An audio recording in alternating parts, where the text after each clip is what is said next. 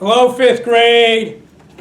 This is Mr. McAuliffe coming to you once again this week from, you got it, your classroom here at St. Margaret's.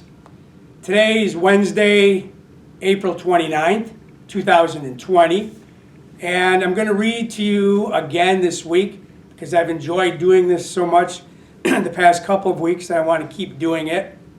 So I'm going to read you another story for this week.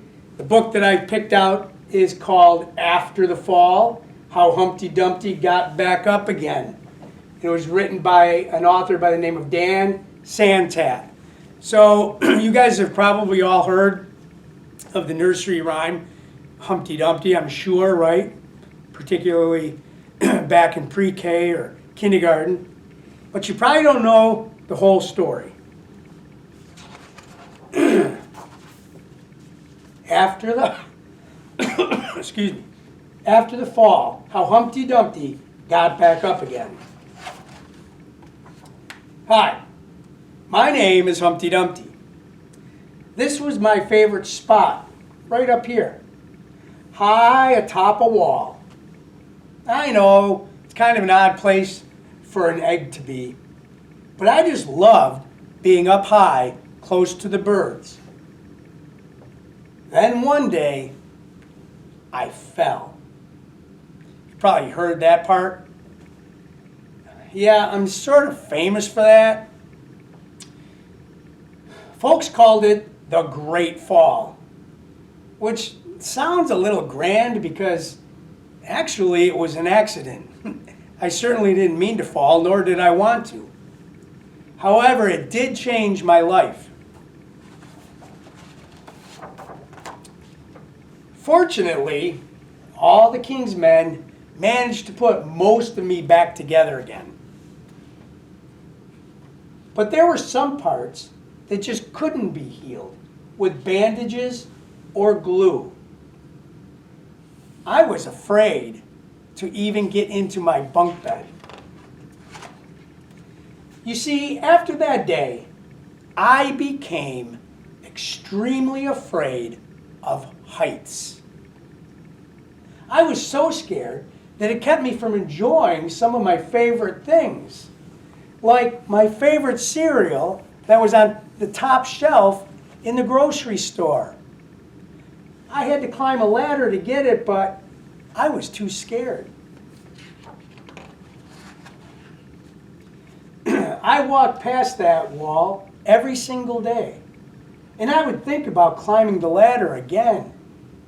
But because I really missed the birds and being high above the city.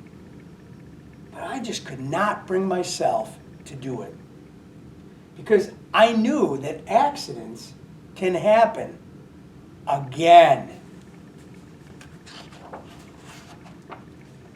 So I eventually settled for watching the birds from the ground. It just wasn't the same, but it was better than nothing. Then one day, an idea flew by. Now, I don't know if you can see this, but the idea is this little paper airplane right here.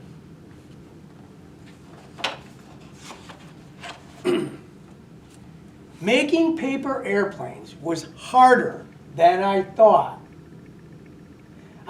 It was easy to get cuts, ow, and scratches on my fingers. You ever get paper cuts? They really hurt. But day after day, I kept trying and trying and trying to make the perfect airplane. Until I got it just right. A paper airplane that looked just like a bird.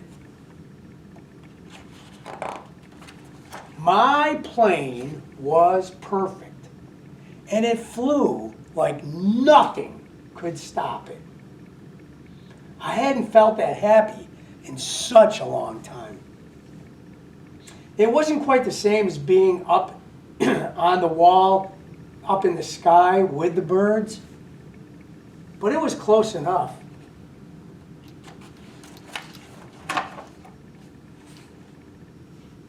Until, unfortunately, accidents happen. Again. They always do. You see, my paper airplane flew and landed on top of that wall.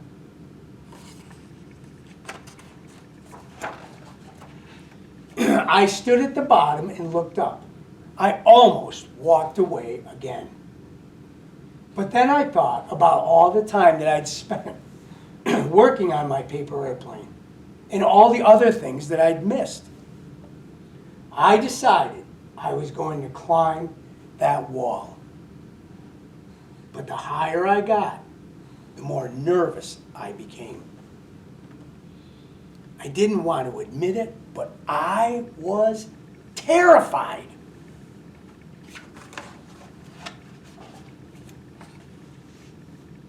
I didn't look up. I didn't look down. I just kept climbing, one step at a time.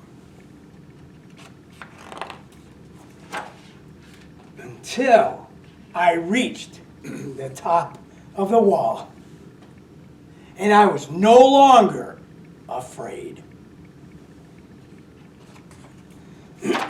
So, maybe now you won't think of me as that egg who was famous for falling off the wall. Hopefully you'll remember me as the egg who got back up. The end.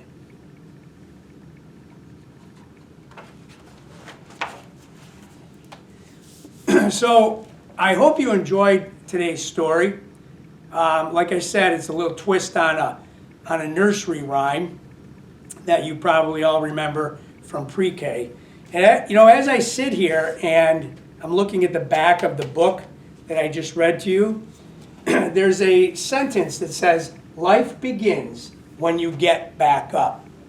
So the lesson for excuse me, the lesson for this week is we all get knocked down from time to time. The key is getting ourselves back up, brushing ourselves off, and moving forward.